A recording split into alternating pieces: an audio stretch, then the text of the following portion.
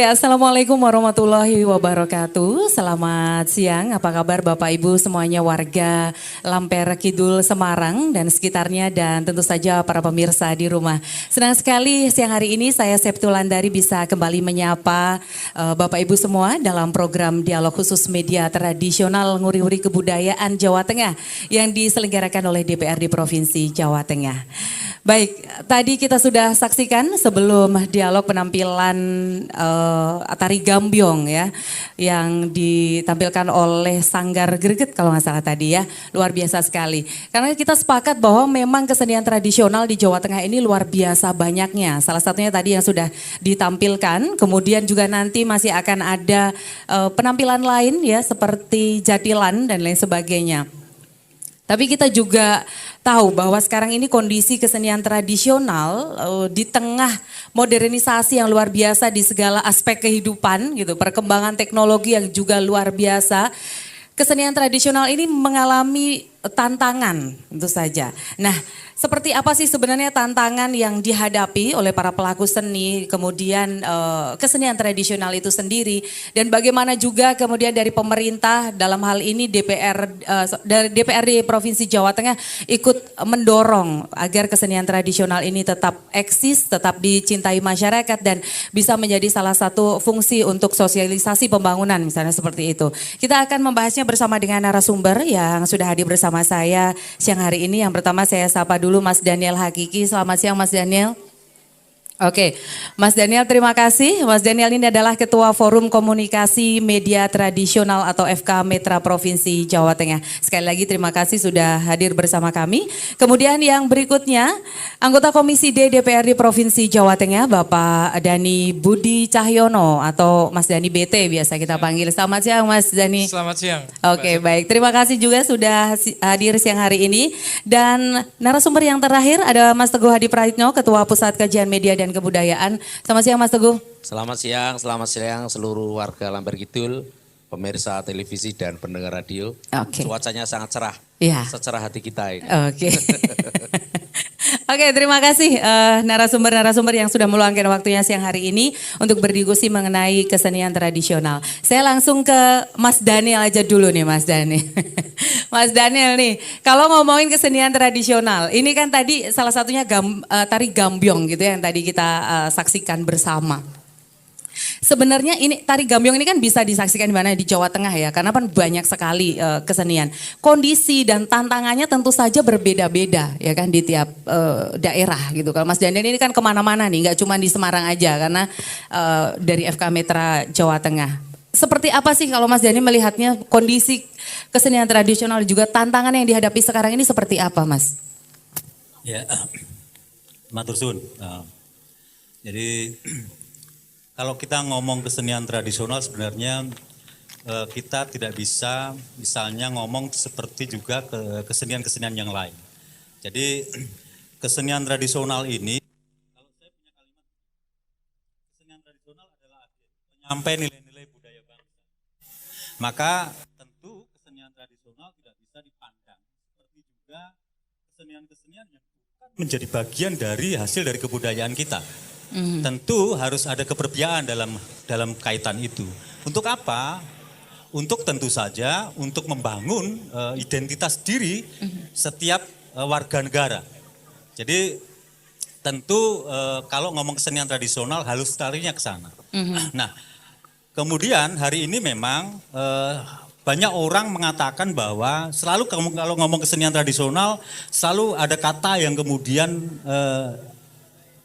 ikut beserta untuk ngomong soal itu. Apa itu? Selalu ngomong inovasi. Oke. Ya, selalu orang mengatakan bahwa kesenian tradisional harus berinovasi.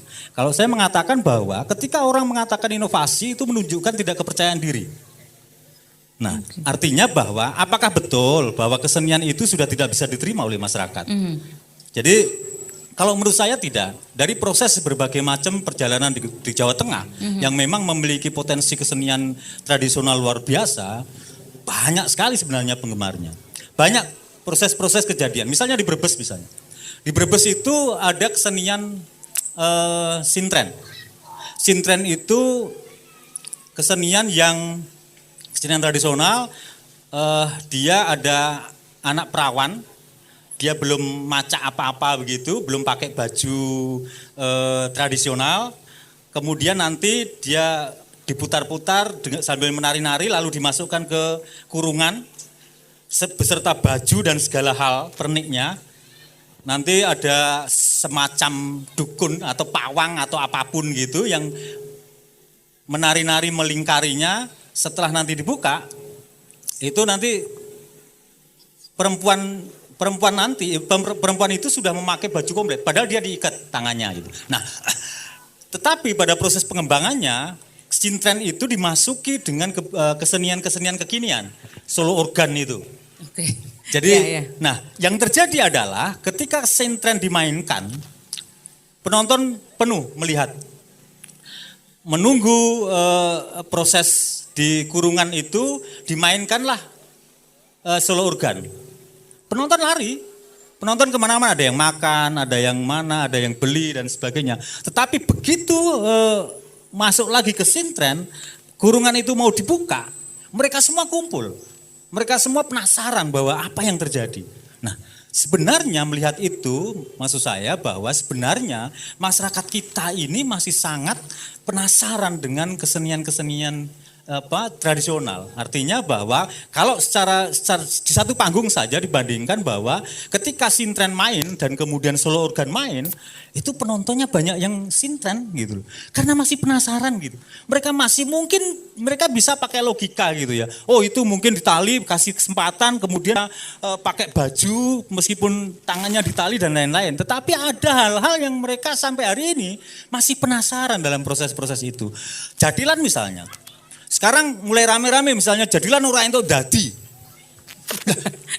Dadi itu kesurupan gitu ya. Ya, sebenarnya tidak semua kesurupan. Oh, itu juga kesurupan. trik Apa ya, itu? latihan itu. Mereka berlatih luar biasa. Bahkan misalnya mereka pakai ada tangga, naik tangga pedang itu dilatih kok. Makan beling itu ada tekniknya gitu.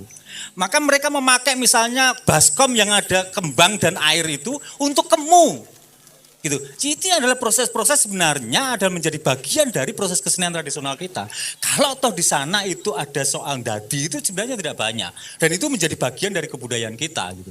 Sesuatu yang misterius, sesuatu yang sampai hari ini mungkin kita tidak bisa membuka misterinya macam kayak apa. Meskipun pada akhir-akhir ini dibuka oleh pesulap merah misalnya. Tetapi hal itu tidak bisa secara vulgar gitu. Artinya bahwa itulah kebudayaan kita, kebudayaan yang memang bahwa kita ini tidak seluruhnya bahwa ada sesuatu yang kemudian seperti bahwa ini bukan ruang kita gitu loh. Jadi karena memang kesenian tradisional dalam konteks ini adalah pada proses-proses yang jauh adalah proses-proses relasi antara manusia dan ketuhanannya gitu, semacam itu. Jadi, nah artinya dalam konteks itu saya pikir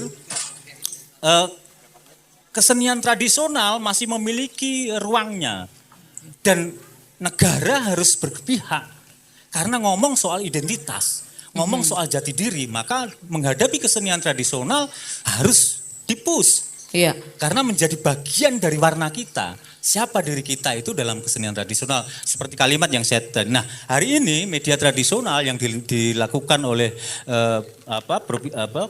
DPRD Provinsi Jawa Tengah luar biasa. Dan juga ada satu Kominfo misalnya.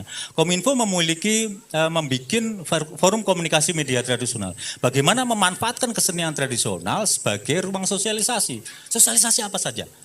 Baik itu program-program, baik itu PKB, baik itu tertib lalu lintas, baik itu apapun. Soal pendidikan dasar dan lain sebagainya itu menjadi luar biasa saya pikir dan tidak saja informasi itu tersampaikan dengan baik tetapi bahwa nilai-nilai budaya itu secara langsung tersampaikan karena tidak ada ruang lagi untuk pewarisan tata nilai ini yang membangun jati diri ini selain lewat kesenian tradisional. Oke, baik. Saya ini lagi deh Mas Daniel. Tadi bahwa kesenian tradisional sebenarnya tidak perlu ada inovasi gitu kan, harus menunjukkan jati diri kesenian tradisional itu. Tetapi kan kalau tadi dicontohkan salah satunya adalah sintren itu tadi ya. Bagaimana dengan kesenian tradisional yang lain gitu? Apa inovasi dengan adaptasi yang memang barangkali memang seharusnya dilakukan gitu ya untuk mengenalkan ke mungkin generasi muda yang memang sama sekali atau yang sudah terpengaruh dengan penampilan atau pertunjukan-pertunjukan kesenian yang lain gitu. Nah, itu seperti apa kan? Kalau kita mau oke sosialisasi ini, tapi untuk masyarakat aja datang aja belum tentu mau kalau misalkan ini.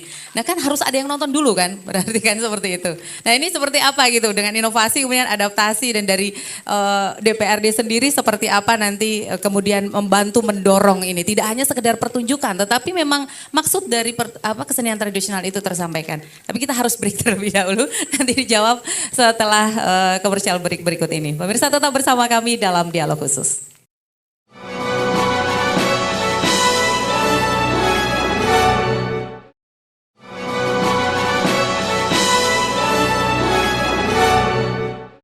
Ya, pemirsa dan juga Bapak Ibu yang masih berada di lapangan Garot, Kelurahan Lamper Kidul, Semarang. Terima kasih masih bersama kami dalam dialog khusus media tradisional Uri-Uri Kebudayaan Jawa Tengah yang diselenggarakan oleh DPRD Provinsi Jawa Tengah.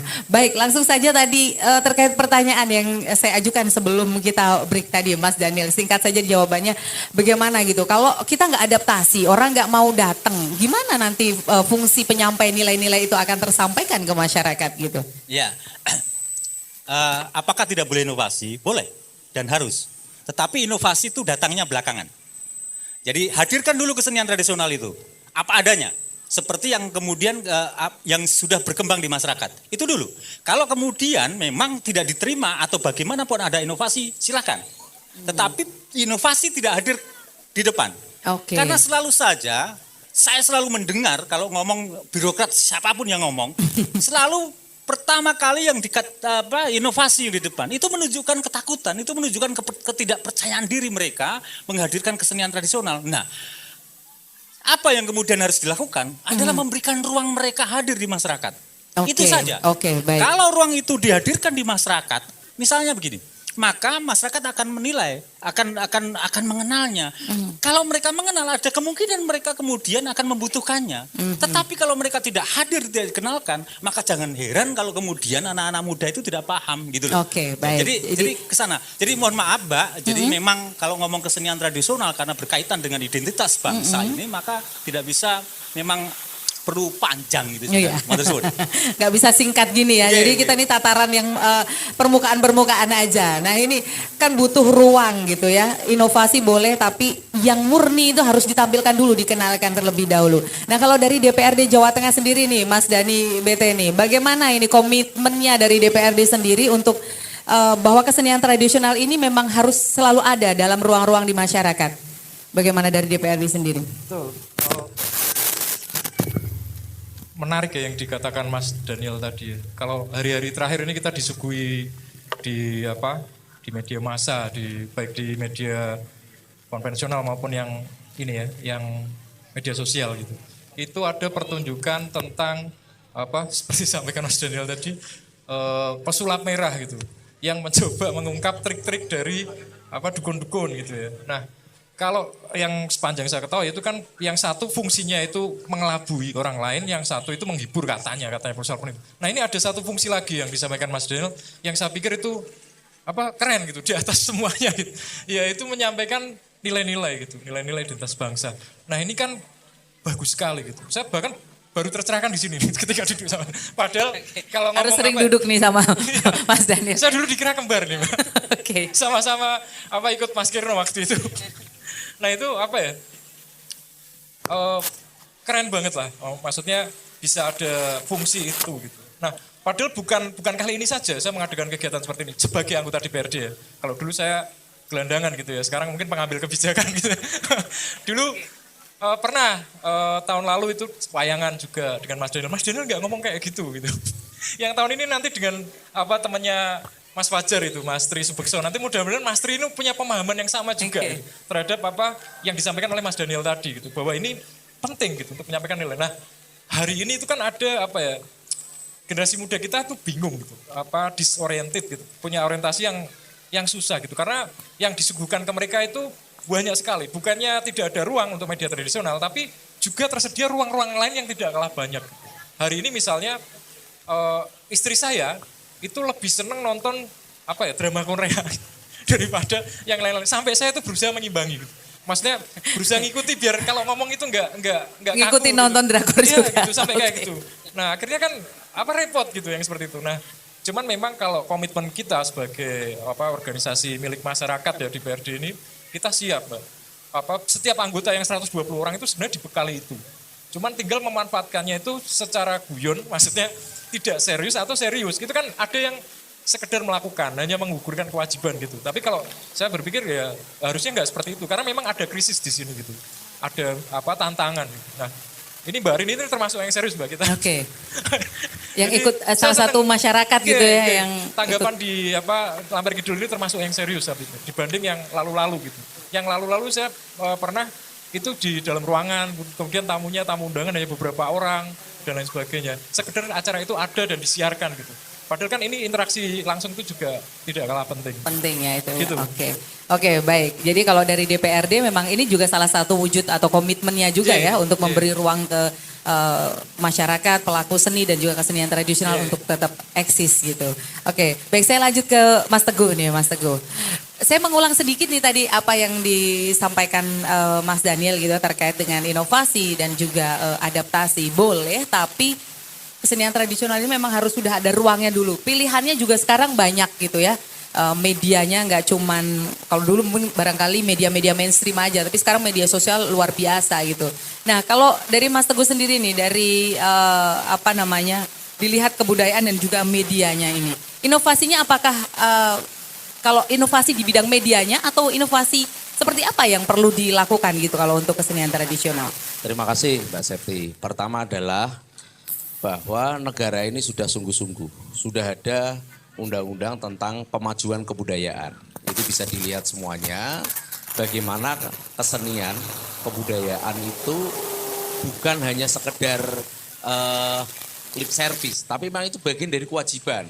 Ya, semuanya bisa dibacalah dalam waktu yang sangat singkat ini tentu kita tidak akan bisa bahas sepenuhnya. Tetapi sudah ada undang-undang pemajuan kebudayaan mulai tahun 2017 kemarin. Artinya ruang itu sudah ada. Berikutnya adalah tentang inovasi dan adaptasi. Hal ini pernah saya sampaikan ketika bicara tentang wayang. Jadi memang ada wayang yang museumnis yang memang dipelihara orisinalitasnya sebagai sebuah produk kebudayaan. Tetapi ada juga wayang-wayang yang memang itu bagian dari cara sosialisasi dengan bentuk yang pementasan yang padat dan sebagainya. Nah ini bagian dari inovasi. Bagaimana dengan adaptasi? Adaptasi adalah sesuatu yang tidak mungkin dihindarkan. Dalam bahasa lainnya adalah itu sunnatullah yang pasti akan terjadi. Di antaranya apa? Semesta digital. Jadi kesenian juga harus beradaptasi dengan dunia digital. Salah satunya adalah melalui media. Nah, program yang dilakukan oleh DPRD Jawa Tengah ini sangat positif sekali. Beberapa kegiatan yang sempat kita ikuti bahkan jejak digitalnya masih ada. Pementasan kalau tadi Mas Dani bicara tentang ada yang tidak sungguh-sungguh, semua kegiatan media tradisional yang pernah saya ikuti dan kita tayangkan di, sebut merek ya, tayangkan di iNews TV, itu semua sangat bagus dan spektakuler kalau saya lihat. Bahkan acaranya luar biasa. Acara sejenis ini, kuda lumping, nama kuda lumping di Indonesia ini kan banyak variasi. Ada ebek di Pemalang, pernah itu juga tampil di sana. Ada kemudian reok yang ada di mana, di Boyolali yang dipadukan dengan topeng ireng. Itu ada juga jadilannya. Kemudian ada jaran kepang dan sebagainya. Jadi itu banyak nama tetapi sebenarnya keseniannya sejenis. Nah terkait dengan inovasi tadi Mbak Septi, saya kira ini juga bagian dari tugas media massa untuk bagaimana mempublikasikan media massa. Ketika bicara media massa tentu cetak, elektronik dan online ya. Bagaimana mempublikasikan baik secara visual maupun pemberitaan yang online tentang orisinilitas kesenian tradisional daerah. Oke. Nah, sedangkan untuk bagaimana itu bisa dilihat oleh banyak orang tentu harus bersinergi atau berkonvergensi dengan media sosial. Nah, itu cara beradaptasi. Itu tidak bisa dihindarkan. Itu pasti akan terjadi dan kesenian juga harus masuk ke sana, beradaptasi gitu. Kita ingat Pandemi COVID-19 2 tahun telah mengajarkan kita betapa adaptasi itu sangat penting. Banyak kesenian-kesenian tradisional yang meskipun tidak pentas secara online, tetapi dia masih pentas secara virtual. Itu bagian dari cara beradaptasi. Saya kira itu Mbak Septi. Oke, baik. Nanti kita lanjutkan lagi, masih ada satu segmen terakhir untuk mendiskusikan mengenai kesenian tradisional ini. Kita kembali lagi setelah jeda komersial berikut ini.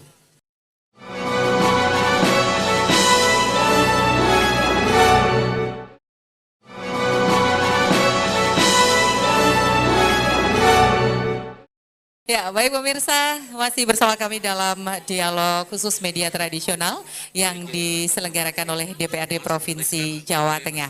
Baik, masih ada satu segmen terakhir ini kita ngobrolin karena kalau ngomongin kesenian tradisional kata Mas Daniel tadi panjang kali lebar ya, harus dari pagi sampai pagi lagi berhari-hari Mas ya.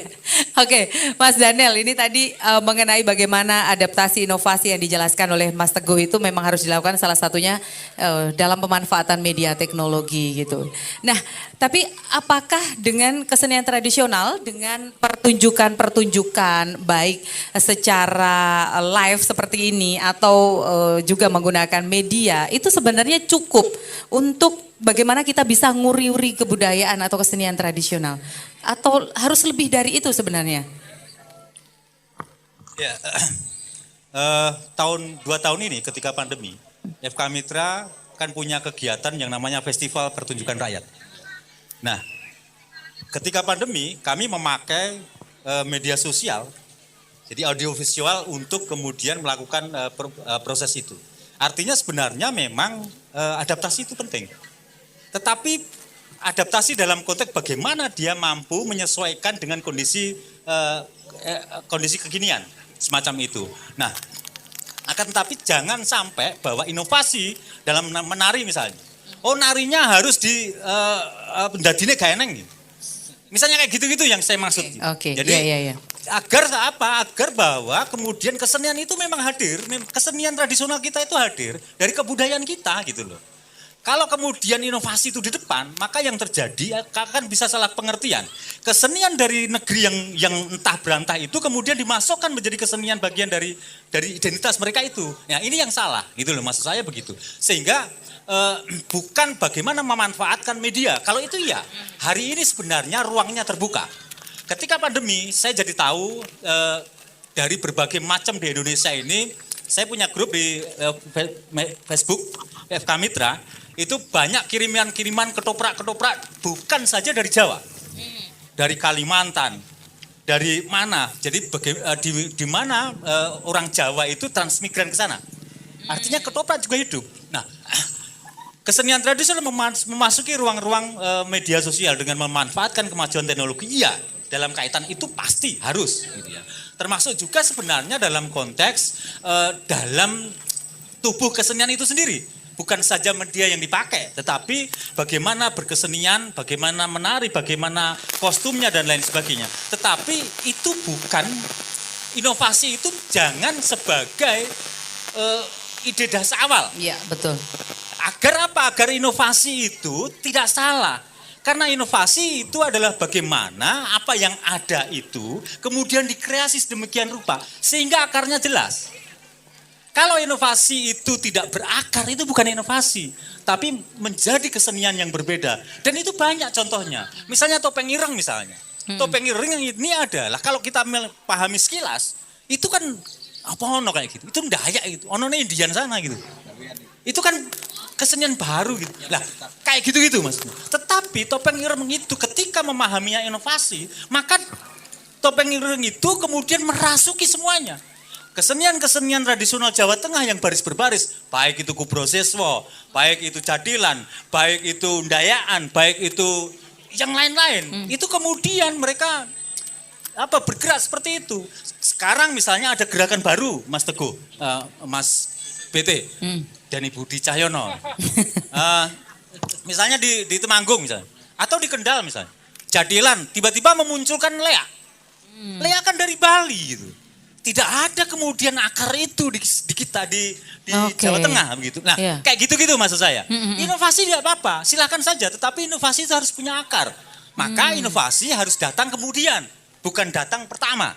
Saya pikir itu harus hati-hati karena ngomong kesenian tradisional adalah ngomong soal identitas. Kalau ngomong identitas maka harus hati-hati, harus punya akar. Akarnya apa? Ya kebudayaan yang kemudian melahirkan kesenian itu. Saya pikir itu. Oke, baik. Jadi agar identitas itu juga makin dikenal, tentu saja adalah ada ruang yang semakin dibuka, ya kan? Ada kesempatan untuk terus itu ditampilkan identitas itu. Nah, dari DPRD sendiri ini akan mendorong seperti apa ini agar identitas kesenian tradisional yang kita punyai ini bisa terus menjalar ke masyarakat gitu. Tentu saja yang disampaikan Mas Daniel itu kan dalam konteks Jawa Tengah itu kan sah-sah saja, benar malah karena memang harus dilindungi gitu kan. Dikonservasi, bukan cuman ini ya sekedar itu tadi yang saya sampaikan bukan sekedar mengelabui atau menghibur, tapi juga menyampaikan nilai. Jadi kan yang dibilang mengakar itu kan maksud di situ ada rootnya dari wilayah-wilayah setempat. Nah, konteksnya kan kali ini kan Jawa Tengah. Gitu. Nah, kalau semalam saya juga sempat itu di Jangli itu dengan Mbak Tia, dengan Mbak Leli. Mbak Tia itu Ibu Ketua PKK Kota Semarang. Terus kemudian Mbak Leli itu, Bu Kristep Tiana itu di Jangli sana. Itu ketika mereka mencoba menyampaikan hal yang di luar konteks kebudayaan, sekedar informasi tentang misalnya jumlah kas di RW tersebut tersisa berapa, uang kematian itu ada yang sebagian terpakai untuk memberi hadiah untuk lomba 17-an. Itu tidak mengganggu pertunjukan aslinya.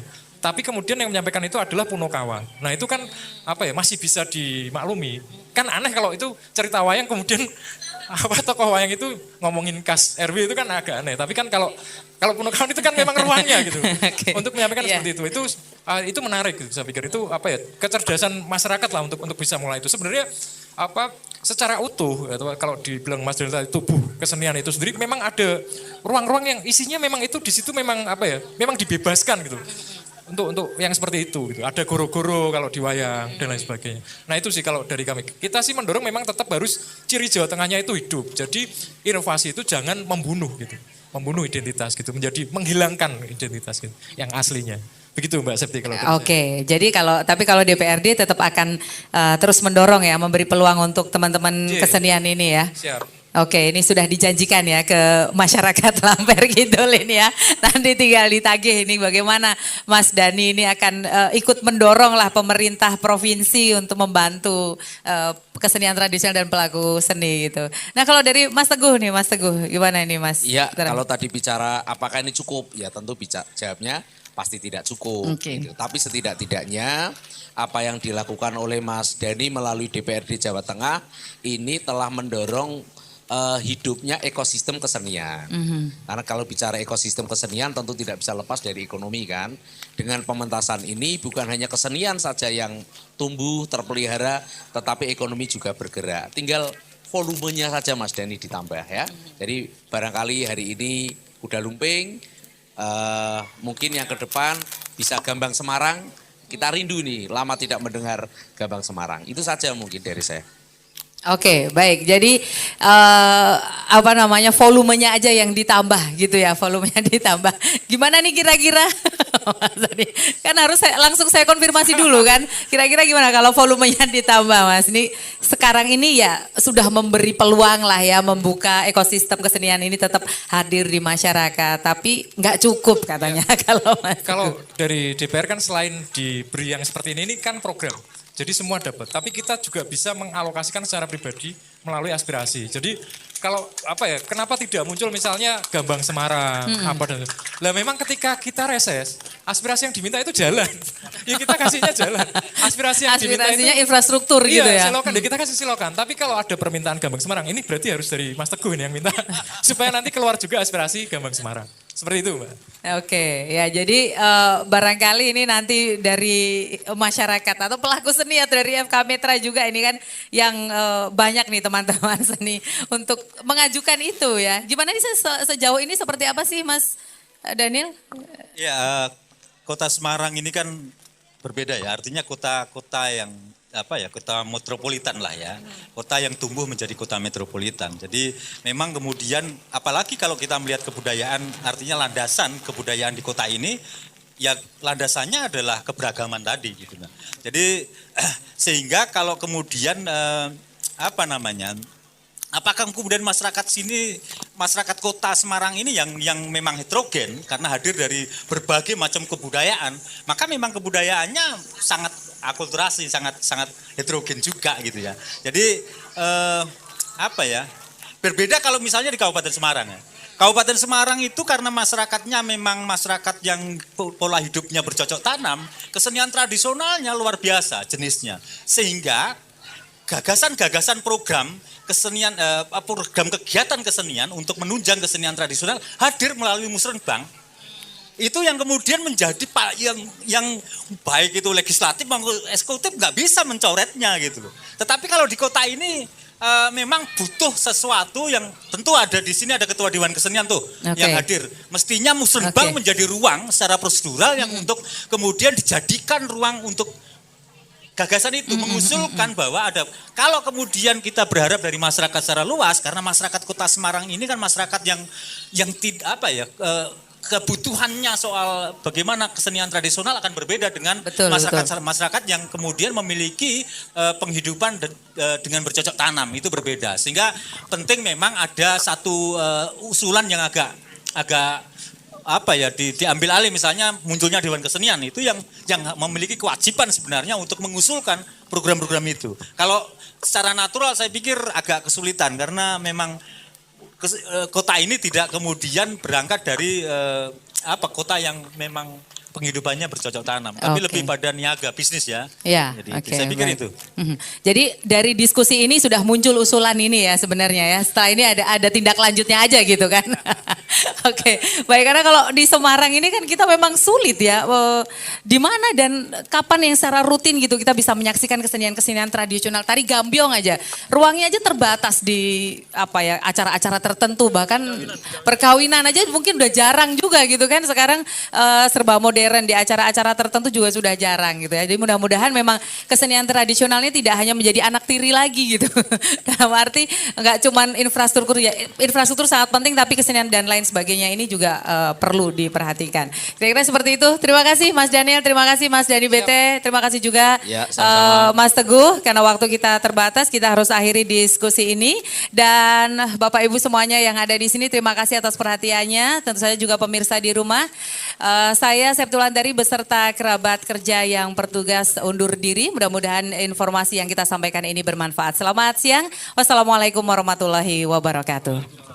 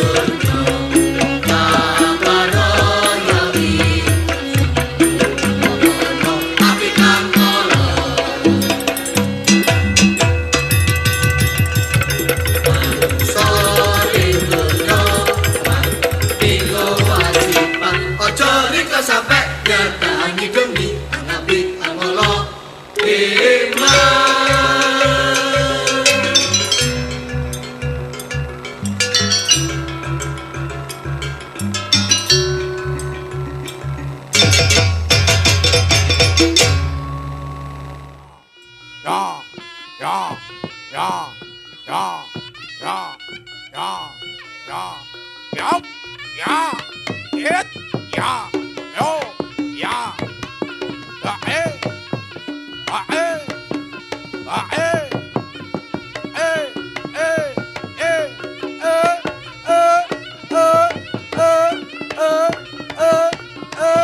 ya ốp ya hít ya ya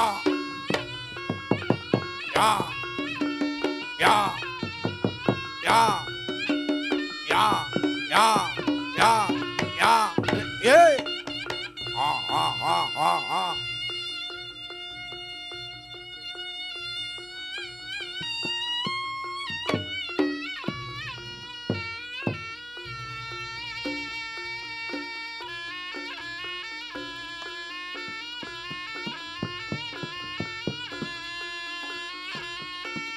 ha hết ya ya hết ya ốp ya ya hết ya ya ya ya ya ya ya ya ya ya ya ya ốp ya ya ya ya ya hey ya ya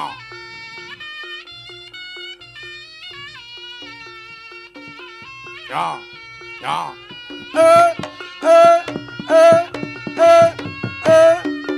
ít ya ốp ya ya ít ya ít ya ít ya ít ya ít ya ít ya ít ya ít ya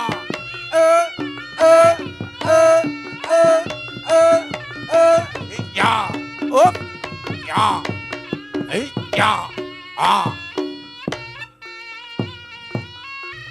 ya ya ya ya ya hết ya ốp ya ya ya ya ya ya ya ya ya ya ya ya ê ê ê ê hết ya ấy ya ốp ya ya ya ya ya ê ê ê ê ê ê ê ê ê ya ê ya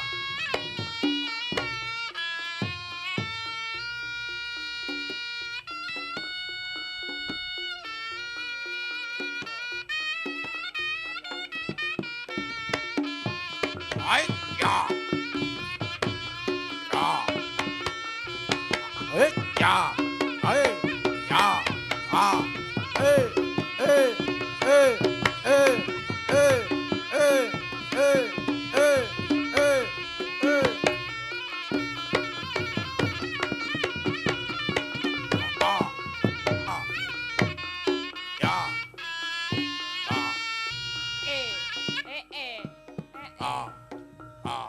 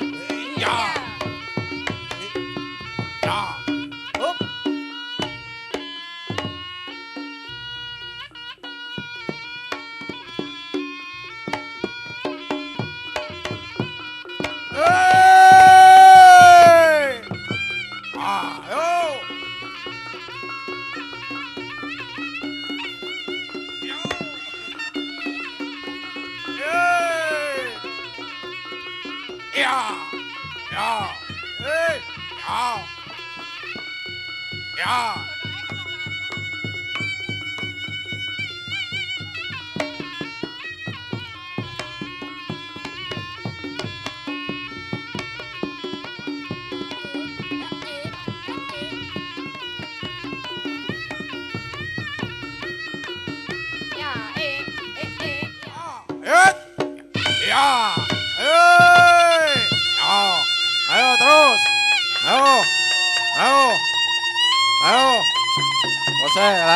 dicopot, dicopot.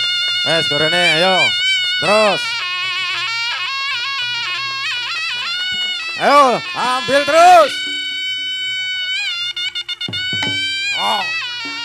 Ayo, terus. Ambil terus. Oh, wes, yo, lagi. Ambil. Oh. Oh, terus lanjut. Oh, wes. Jiko lanjut terus. Ayo. Wes ganyonge anyar kok rugi rasa Jiko. Ayo. Tepuk tangan mana? Semampir. Kayak ngombene. Ayo. Wes, dikai ngombe sih. Ayo. Gantian, ayo. Mas Faisal, ayo.